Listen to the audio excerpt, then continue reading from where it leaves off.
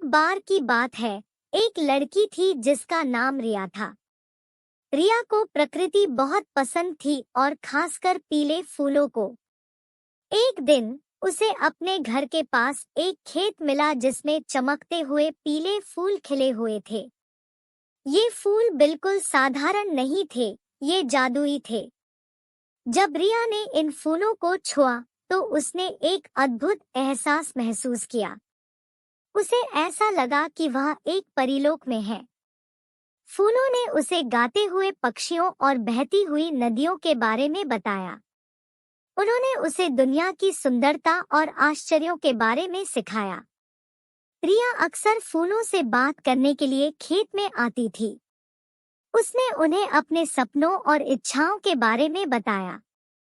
फूल हमेशा उसे सुनते थे और उसे सलाह देते थे। उन्होंने उसे दयालु, ईमानदार और बहादुर बनना सिखाया। एक दिन रिया को एक मुश्किल समस्या का सामना करना पड़ा। वह बहुत दुखी और निराश थी। वह नहीं जानती थी कि क्या करना चाहिए। वह फूलों के पास गई और उनसे मदद मांगी। फूलों ने उसे धीरे से बताया कि हर समस्या का समाधान होता है। उन्होंने उसे हिम्मत और धैर्य रखने को कहा। उन्होंने उसे सपने देखने और कभी हार न मानने को कहा। रिया ने फूलों की बातों को ध्यान से सुना। उसने महसूस किया कि वह अब अकेली नहीं थी। उसके पास जादुई फूलों का साथ था जो उसकी मदद करने के लिए हमेशा तैयार थे। रिया ने अपनी समस्याओं का सामना करने का साहस पाया। वह धीरे धीरे आगे बढ़ी और अंत में समाधान ढूंढ लिया।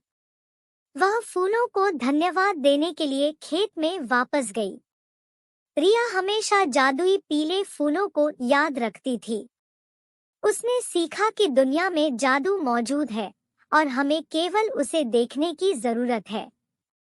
वह जानती थी कि वह हमेशा फूलों से सलाह और आराम पा सकती है। एक बार की बात है, एक छोटा लड़का था जिसका नाम अक्षय था। अक्षय को ड्राइंग करना बहुत पसंद था, लेकिन वह अपनी कला में बहुत अच्छा नहीं था। उसकी तस्वीरें अक्सर टेढ़ी-मेढ़ी और रंगहीन होती थी। एक दिन अक्षय को एक पुराना पेंसिल मिला।